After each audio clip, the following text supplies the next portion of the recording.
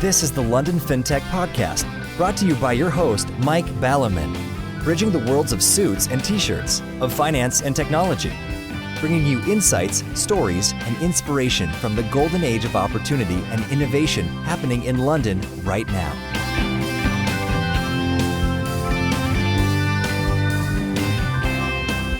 Hi, this is Mike Ballerman, and this is London Fintech Podcast, episode 128, where we dive into yet another first for the LFP in terms of commodities with Richard Counsell, founder and CEO of Stable, website stableprice.com. As I mentioned in the last episode on impact investing, I myself never cease to be amazed that new topics keep springing up. We've now had 3 in a row that are topics that we've never covered before in 5 years. Commodities are an interesting topic.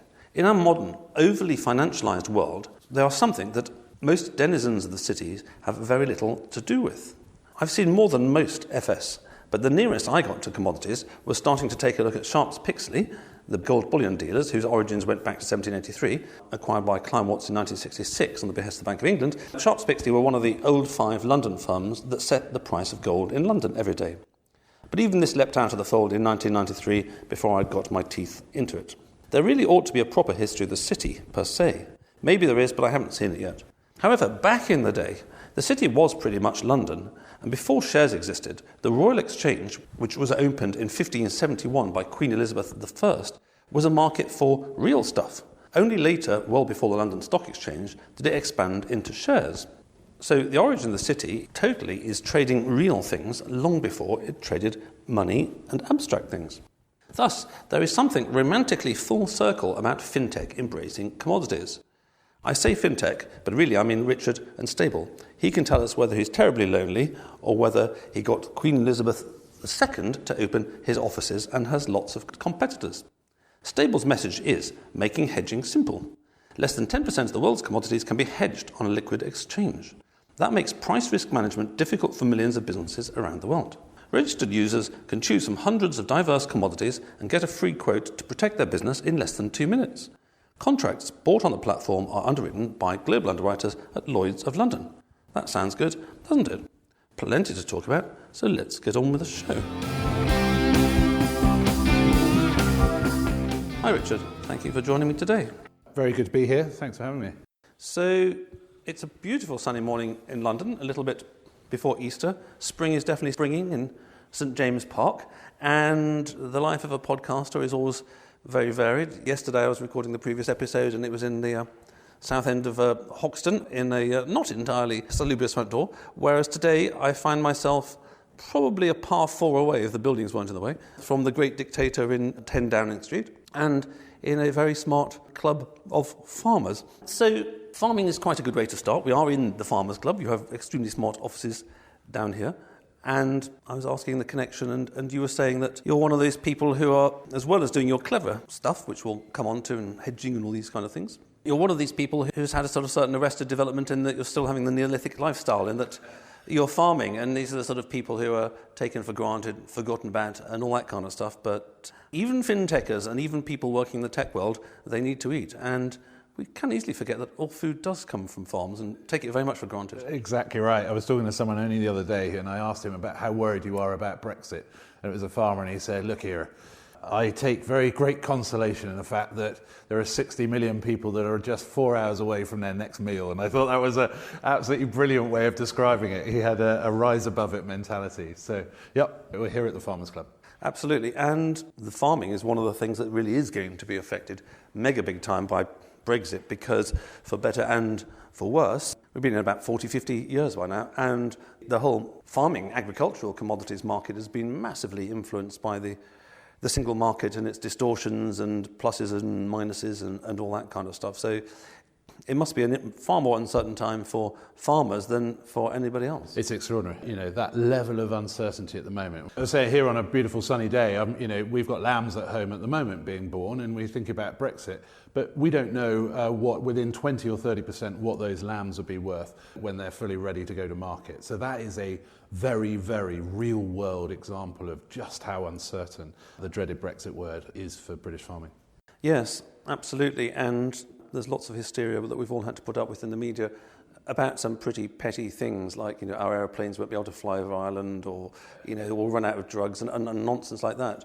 But I've given up following it. I try and avoid it. But Me too. I've heard a little bit about fishermen who actually also provide food, and they seem to be screwed right royally. But I actually haven't heard anything really about farming. I mean, it's unbelievable. It's just unbelievable, yeah. The politicians always bang on and say, oh, no deal, we're going to crash out tomorrow, no preparation, which is another one of their lies. I think the last figure I saw was £4 billion have been spent probably within a few miles of where we are here on preparing for no deal, but I haven't heard anything about the farming. So you've got a more interesting career journey than most.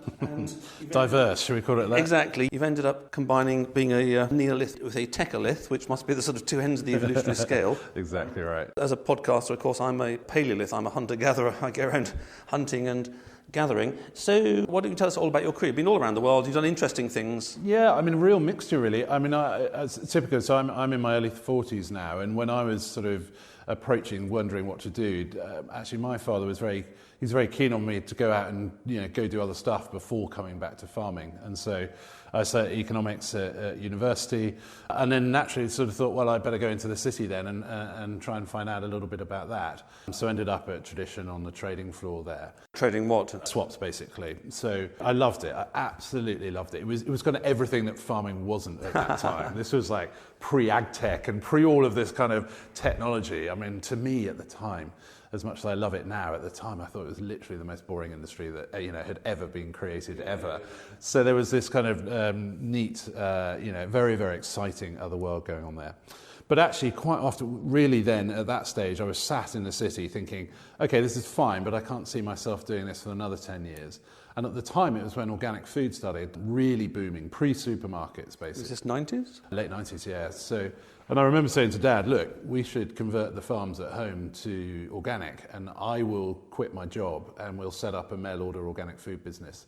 And I'll do the selling and the technology, and you focus on the farming. And so that's what we did, and founded a company that grew very, very nicely. So that was incredibly exciting. So you're one of the first organic farmers then? The 8th in the country. Gosh. It was very super What was early. the brand? Somerset Organics it was called. Right. Yeah. I think I've even heard of that, actually. Yeah, it was great, and it got a lot of attention, and it was, I was incredibly young, and it sounds so basic now, but it was when farmers markets also came.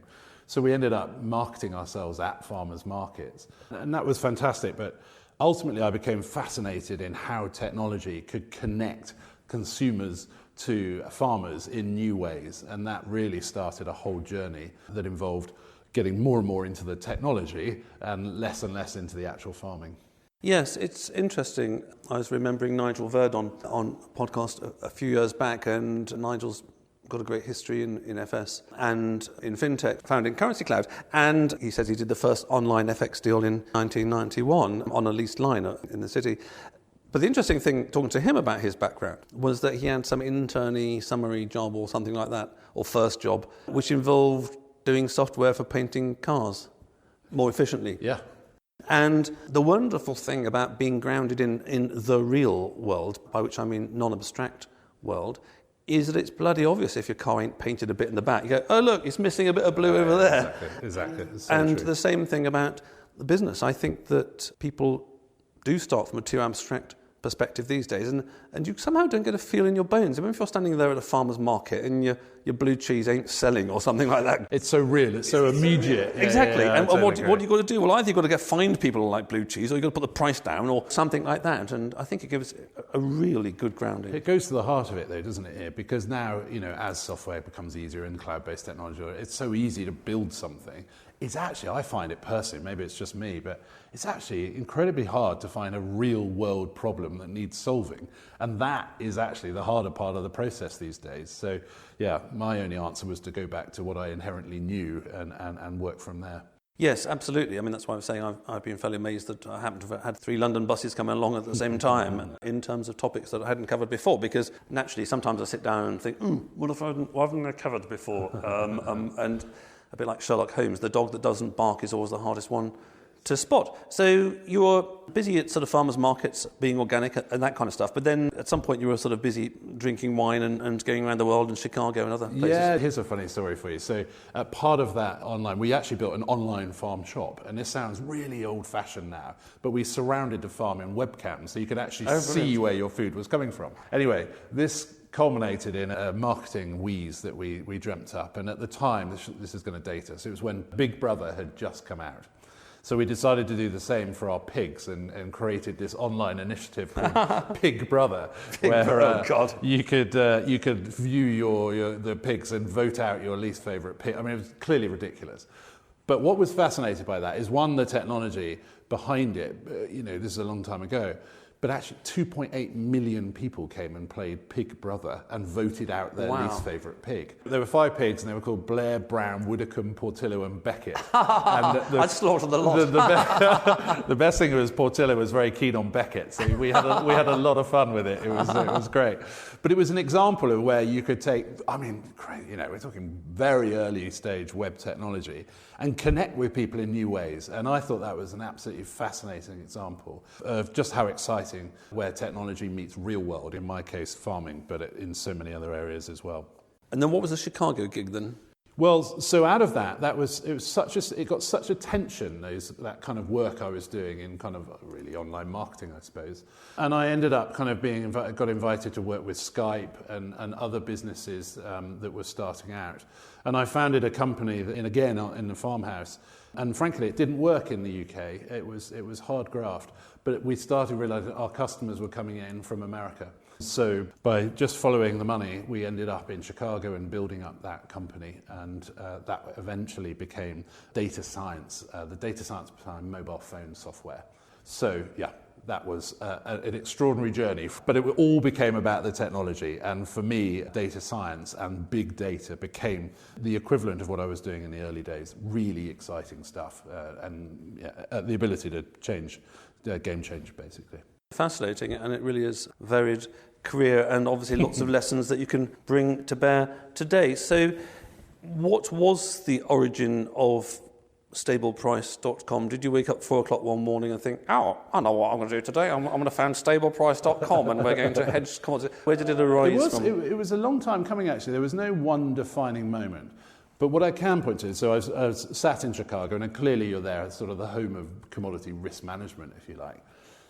And for me, what was fascinating is I was always keen to stay abreast of what was going on at home and in farming. And in 2015, the milk price absolutely tanked and really did drop by about 30%. And that struck me as an enormous event. Perhaps, I'm a Southwest, West Country boy. But over that 10-year period leading up to 15, the dairy industry halved in number. Wow. That's going from 20,000 family farms down to 10,000. That is a massive, massive impact. And frankly, it was just bubbling in my head thinking, well, here I am at the home of all things risk management. I'd spent a little bit of time in the city. I spent way too much time in front of computers. And frankly, I don't understand the risk management tools that potentially could help people that I knew and had a real problem. And that was really the start of it. Excellent. Right, so let's dive then into commodities, or let's zoom up from stable price into commodities and then zoom back down to stable price. So, as I say, most people in the city have very little grasp of commodities markets. As I mentioned many times before, the city is actually, for people from outside it, probably didn't realise, it is a whole bunch of niches who don't necessarily sort of hang out very much together. I mean, if you were trading swaps, you may not have hung out with the corporate financiers very much, or the fund managers don't hang out with sort of equity traders or whatever. And so commodities is one of these things which is very much a world of its own, even if it is the original world. It's kind of stuff that happens behind the scenes. The average punter like me just goes into a supermarket and you get lumps of stuff and some green things and all that kind of stuff and put it in the basket and go, and you don't really sort of think about it. Yeah. So do you want to give a little bit of a background, a little bit of insight for people that don't know now about commodities, about what commodities and what commodities markets are? I mean, there's hard and soft ones. Is butter hard or soft? Well, definitely soft, yeah. I mean, I like your intro when we were talking about the origins of London, because there I was in Chicago, and we're thinking, the futures market there started in 1848.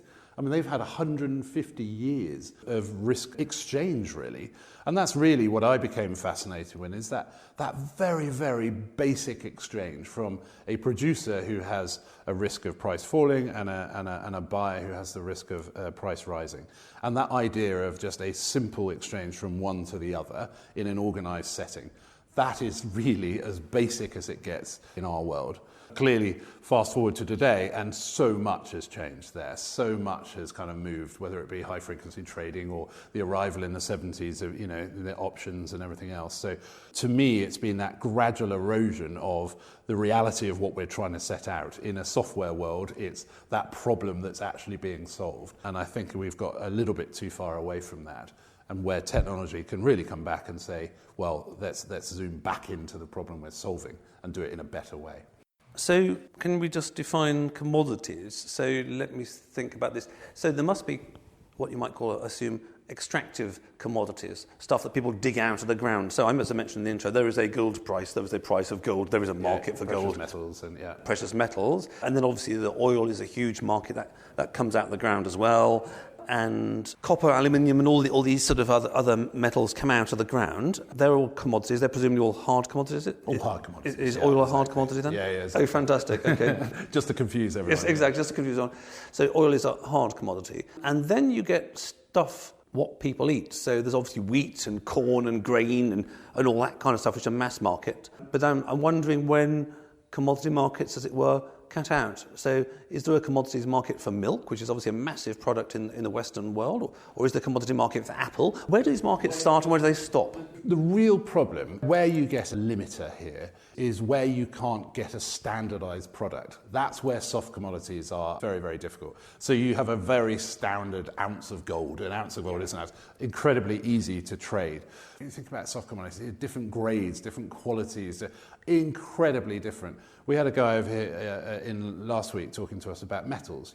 He was talking about nearly 800 different types of metals. Wow. So now if you are trying, in that earlier example I gave you in Chicago, if you are actually just trying to get a willing group of buyers and sellers to act so that there's enough liquidity to hedge, then clearly that's flipping hard to do when you're into the niche. Very easy when you're into the core main traded commodities. In our world, let's say milling wheat, clearly traded in Chicago, traded in Matif in France. But when you're into avocados, how on earth do you create a market for those? So is this the underlying reason why, as per from your website, less than 10% of the world's commodities can be hedged? Yeah, it is almost impossible to build that liquidity because you need standardization in order to enact a contract from the two sides of the trade, both seller and buyer. And unless it's standardized, you're a bit stuck. I see. So in which case then it would be helpful to understand a little bit about what things are that we sort of regard as homogeneous. I do recall reading some article a little while ago, which was really fascinating, about how the Second World War and the state screwed up the British cheese industry. Apparently there used to be a fantastic cheese industry in this country. We used to make many different types of cheese all around the country, in a similar way to France. And then some statism came in and problems in the Second World War and bureaucracy afterwards and all that. And it absolutely knackered the homemade cheese market. And this article was a really interesting one. I just happened to read it randomly. It's like, oh, this is interesting. And literally the British cheese market has never recovered since. Now, cheese is obviously a very good example of where I assume that isn't a commodity because there's a million cheeses. It's incredibly hard to hedge, yeah. But cheese comes from milk, you see, and even people like me who've spent their whole life in sort of abstractions know these things. Cheese comes from milk, and you were saying before the milk price collapsed by half, so I can assume that one cow isn't like another, and there's different types of milk and grades of milk. But by the time you're talking Waitroses and Tesco's and Sainsbury's and these other people who employ people precisely to put sort of the thumbscrews on farmers and sort of make them scream and put them out of business. So how does the milk market work? You say the price halved. What do you mean? What is the price of milk? The processes. So basically, you've got real asymmetry in terms of the power. So if you like, where farmers used to belong to the milk marketing board, so they had sort of banded together to give them more power in the marketplace. When they disbanded, effectively you had global businesses or the likes of Tesco or Sainsbury's, whoever it might be, working with a small number of processors, those guys who are taking your raw milk, picking it up from the farm and turning it into nicely packaged bottles that you see in the supermarket shelf. Ultimately, there is huge disparity in the power in the marketplace. So farmers are sat there, and this is interesting, they have contracts, but they are supply contracts. They're not price contracts. So they are beholden to supply exclusively to a specific processor, but that processor can change the price whenever suits them. And that is extraordinary when you think now, you're talking millions of pounds worth of assets. You're talking, it's not the easiest way to earn money. And when someone can change the price that they are going to pay you in a very short amount of time, that is an extremely risky occupation. Yes, that's very criminal. Okay, so in the case of milk, there isn't a commodities market for milk. There's presumably minimum quality standards and all this kind of stuff. Yeah, but the other thing, that, to your point earlier about, I made a point about standardization. There's also the ability, obviously metals preserved for a very long time. Yeah. With stuff like milk, it's very, very hard to trade because you would need to ideally store it and then trade it at some point in the future. So with fresh milk, you can imagine it's the worst possible world where you've got something that can go off pretty quickly, and there's different grades, there's different types, there's, you've got organic, you've got different butter fat content. It's such a complicated area and doesn't lend itself at all well to being traded. Interesting. Okay, so we've got all these hard commodities and stuff like that, and then you gradually sort of dissipate into, well, there isn't really a market for these kind of thing. Yeah. In terms of what you're doing with your fintech, if we should call you that, and what you're hedging, where do you draw the line? I mean, you say there are 800 types of metal. The periodic table must have been extended since I was at school, because grades of, yeah. Grades of, because I didn't remember that many elements. I'm getting too old for this game in general. But in terms of people coming to stableprice.com and wanting to hedge runner beans, cheddar cheese, russet apples, or whatever, how many commodities are you aiming at? Where do you draw the line? Because hedging implies there's a market. I mean, you were saying about the thing that drove you was the sort of sadness at seeing the milk price halve and realising that people couldn't actually do anything to protect their whole livelihood against that kind of stuff. But how do you hedge things like milk if there isn't a market? It's a really good question, because, I mean, when I was sat in Chicago, I was like, if we could build a risk management product that was suitable for everyone, let's say a retail-focused risk management product, what would we build now if we started with a blank bit of paper? And my view was, we certainly wouldn't start with where we've got to, with sort of Bloomberg-style screens, margin calls, and all this kind of stuff. It's clearly not a retail product. It is a very sophisticated product, and that's great for the right people. If you happen to just be a small, medium-sized business needing to protect real risk, then I would argue that it's not ideal. So for us, basically what we realise, and talking to literally thousands and thousands of businesses, is that they're talking about risk exchange. And those guys, when you think about risk exchange, they don't think about strikes and puts and derivative type opaque terminology. They go, well, why can't I insure it? I insure my barns, I insure the rest of the risk to my business. Why can't I insure the risk of volatile prices or costs? Okay, and it's rather like Flood Flash, who will insure businesses. Was it called parametric, non-parametric? It must be parametric. You can put a sensor on your wall 1 foot up, and if it hits 1 foot, they'll pay out, and below 1 foot they won't, or 6 inches or whatever you want to pay for. I love that bit. I think it's exactly what we are. We are a parametric, an index-based, for a simpler term, index-based insurance company that is paying out if the pre-agreed index price of a particular commodity falls below a pre-agreed price. It is honestly as simple as that. Right. I like the idea that it's easier to frame it, especially for your customers, as insurance, rather than you say all this rinky-dink stuff that you and I might understand. Yeah, exactly. And confuse the says, hell out of it's anybody. A put option. It's just like insurance. Well, why not make it insurance and then work backwards from there? So what type of client base are you aiming for then? So obviously farmers are interesting to us, but we don't sell direct to farmers. That would be far too expensive, because ultimately you can think of us like a North American crop insurance market, obviously absolutely huge, but that is very, very subsidized by the USDA. Over there the farmers are getting roughly 60% of their premiums covered off by the public purse. So I knew we wouldn't get that. So we've had to use fintech software to actually make it incredibly efficient, that transfer from either that farmer or that food buyer, and now we're increasingly getting into the sort of metals and plastics and industrial stuff, but our main focus for now is agri-food.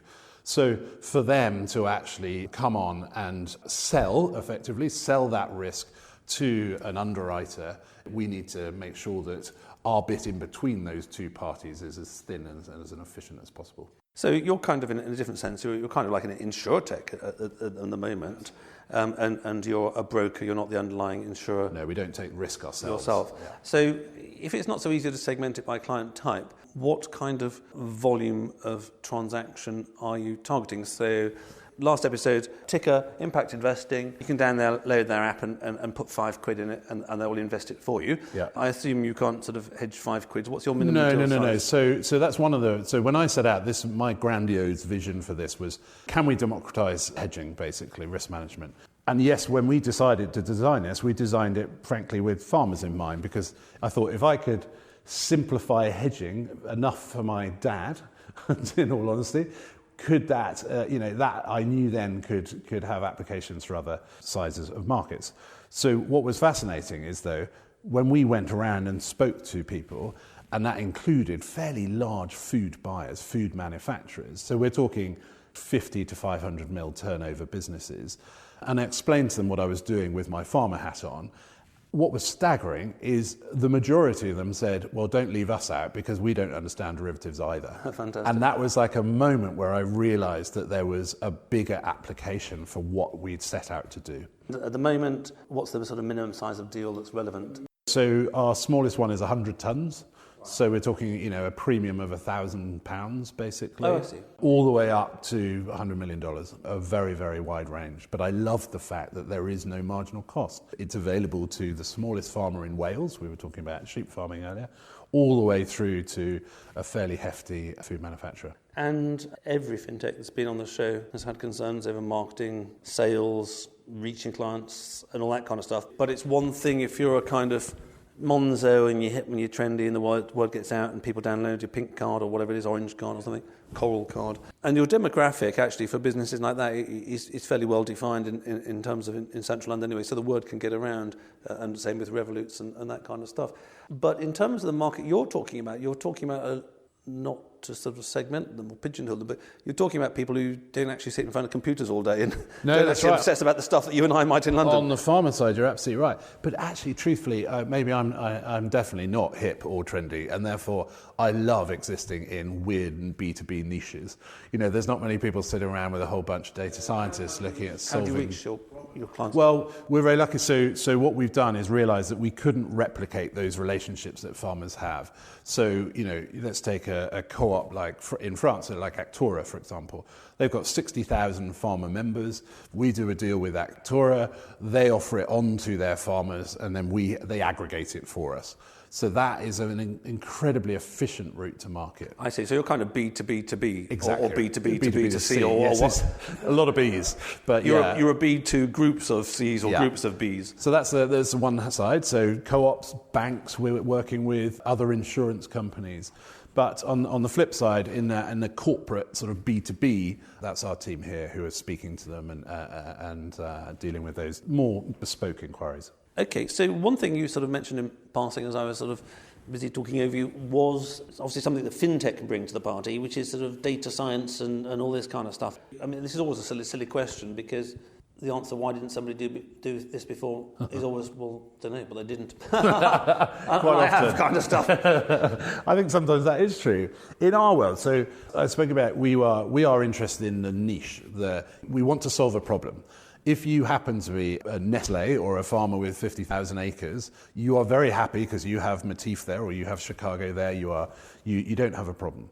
What I'm interested in is these niches, these untraded commodities, of which they are, 90+% of the world's commodities are untraded. Now, what that really means is we have to act, and this comes back to my farming background, is when we were thinking about the models and the portfolio and the technology behind it, we had to act like a traditional mixed farmer, because the only way we can do this is look and say, well, if we're going to ensure Peruvian avocados and Norwegian salmon and Colombian flowers and British milk, let's look at is there or is there not a correlation between these niche markets in lots of different countries. And that's what data science gives us. It gives us the ability to take, as we were talking, parametric or index bases, In agriculture, we are very fortunate as we have a lot of data. There is good price data on a very, very wide range of soft commodities, crops and everything. But what we need to do is then analyse those indices so that we can then work out the relationships between them all, because our business succeeds or fails on our ability to create a very wide portfolio on behalf of our underwriters. We're not actually hedging it. Frankly, we can't hedge out the risks that we're taking.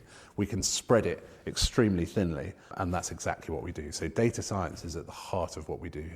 And you were saying that your start of FSing was in the swaps market, and obviously swaps worked on a sort of similar basis, and certainly at the beginning when people didn't know how to price them, they wanted to sort of hedge it and diversify it, because at least some of them will go up and some will go down, and all that kind of jazz. So just as a businessman, fintech's just a word, what actually makes it easier 25 years later or whatever it is to sit in Whitehall now and get people to do that for you and come up with their calculations on their spreadsheets, or no doubt far more sophisticated? Yeah, well, if it is, I don't understand it. So there's, well, for us, you see, so at the moment we're working with 300 different commodity indices. So some of them are going back on 20 years. The farmer can select up to 100 strike prices in derivative terms. They can select up to 12 months in advance. So by the time you mash all of those two together, the guys next door run 62 trillion simulations every 14 days to map, in our world, what goes up when something else comes down. And we need to both forecast the probability of a price fall in any given commodity and what that looks like against our portfolio. So that is a staggering amount of data science that's required. And truthfully, for a small startup like us, there is no way we would ever be able to afford that kind of computational power until recently.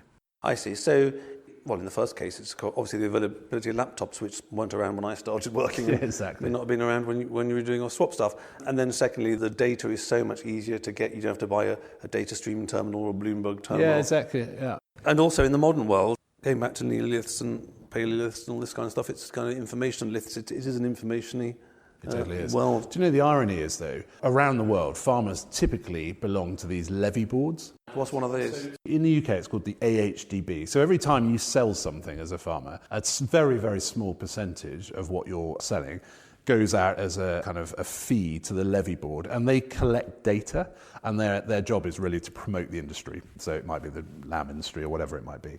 But ironically, that data is sat there, and to date, farmers and agriculture in general have been terrible at using the data that they are paying to be collected. And one of the nicest things that we've gone through is, for the first time in a long time, we've been actually using that data that's incredibly valuable, and we're all catching up, of course, to the value of data.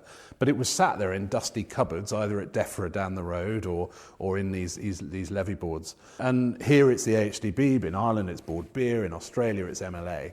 And what's so good about them is that they are in the correct currency. In other words, there is very, very low basis risk. So if you look at an index for an Australian beef animal from MLA, it'll be very similar to the price that beef farmer is actually sold his cow for. It's interesting, isn't it, really? Because I think it does relate to these changes of era, because we're definitely in a change of era, in that, in terms of why didn't someone do it before, it's a bit like why didn't paleoliths become neoliths and sort of settle down and do farming beforehand? Well, they could have, but they just didn't. Yeah. And to the same point, why haven't people done this before? Well, they could have, because this data has been lying around, but they didn't. And a change of era sort of draws a different focus. So I think my older daughter has finally got herself a job in the autumn. Excellent. Yes, although amazingly I don't understand very much about it because I don't get very much information on it, but it's something to do with data science, mumble, yardy, some sort of little boutique-y thing. So it's obviously the thing that starts attracting people into it, and then once more people become farmers, as it were, other people become farmers. Exactly. Actually, I'm a bit fed up of sort of chasing buffalo all over the plains. Let's just grow sort of some grain or something else, yeah. But do you know what, as ever, forget about the data science and the technology, and there are ways of figuring that stuff out. But it comes back to that problem that you're trying to solve, and that can only be solved truthfully in a meaningful way if you understand the industry inside out and back to front. So in those early days, when I was talking to people, I had some incredible support from people like Crispin Odey and Peter Hambro and Graham Birch, these kind of extraordinarily experienced city financiers. But when you talk to them about farming, there was such a gap in their understanding of real-world farming. You know, they would quite rightly say, why on earth don't farmers hedge more? Or even had like, why couldn't we use some kind of ETF or something? You were like, okay, there's quite a gulf here in terms of the reality of, you know, millions of farmers around Europe where the average farm size is 16 acres. You know, they are not thinking in terms of derivative terminology. And it's that gap of those trying to bring two worlds together, where I sometimes think there's some extraordinary stuff that could be created if you can get two groups to come together. And the exciting bit is the bit in the middle. Yes, absolutely. And between your ears, the bit in the middle between your ears, you're bridging those worlds yourself. And the best ones I've seen, I've mentioned this before, but obviously Smart Pension, Blue Motor Finance, my sponsors last year, and businesses like that connect the real world with the clever rinky-dinky stuff. And Totally. You must understand both, because just going back to the city, in the pure financialised city, all these CDO squared stuff, da-da-da-da-da,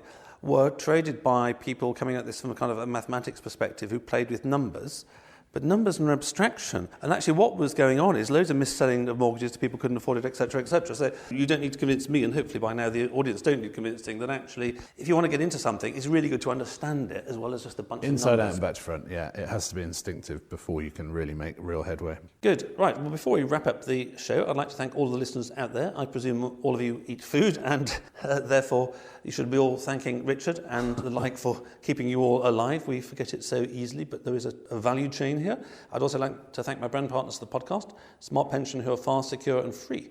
Check out their UK workplace pensions at autoenrolment.co.uk. So, Richard, we've covered quite a lot. It's been a fascinating topic. I think people got a little bit of idea of trading, hedging commodities and all this kind of stuff, and maybe less of the thousands of listeners out there will be calling you tomorrow to hedge their runner beans or their cows or something like that. So I'm not sure how many clients you're going to get as a result of your appearance here, but why don't you give a few shout-outs? I'm sure they've got other things like monies and VCs and all this kind of stuff. What do you need more of? What do you want for the next 12 months? Well, it's exciting. So we're already, it's taken us 3 years of R&D with Harvard and Liverpool University to get to this point. We raised 6 million from the likes of Ascot and Baloise and Syngenta. So we had a very exciting moment there, and we're kind of rolling out to 16 different countries now.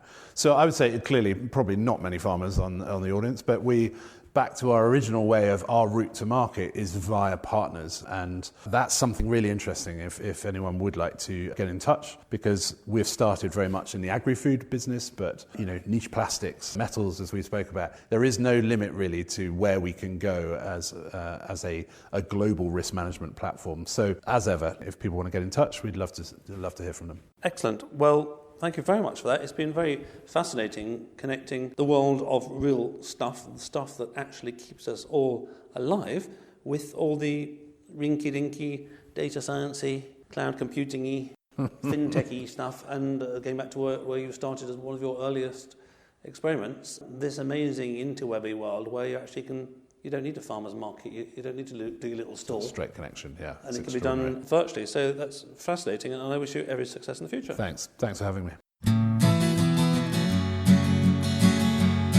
Thanks for listening. If you have consulting, advisory/non-exec, or media needs in the FS or fintech space, get in touch with me at mike@londonfintechpodcast.com.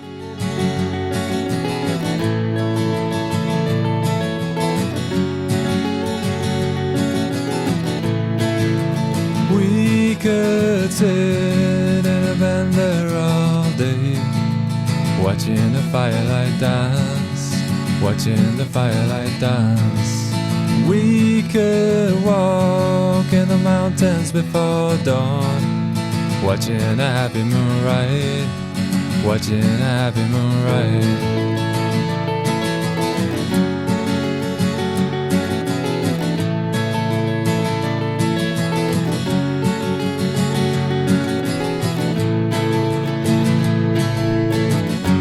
Come away from the city, with the tarmac so dead and the people so sad.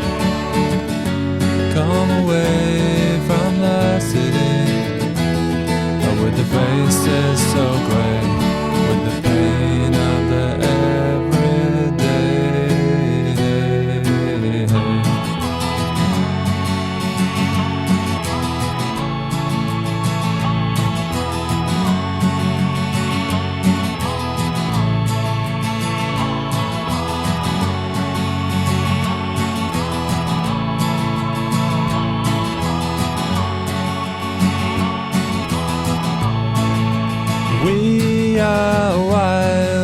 the mountains and the trees. Can you see what I mean? Can you see what I mean? And we fade in between the earth and the sky. Kiss the city goodbye, wave the city goodbye, wave the city goodbye, wave the city goodbye. Watch the firelight dance with me, watch the firelight dance with me, watch the firelight dance with me, watch the firelight dance with me, watch the firelight dance with me, watch the firelight dance with me, watch the firelight dance with me, watch the firelight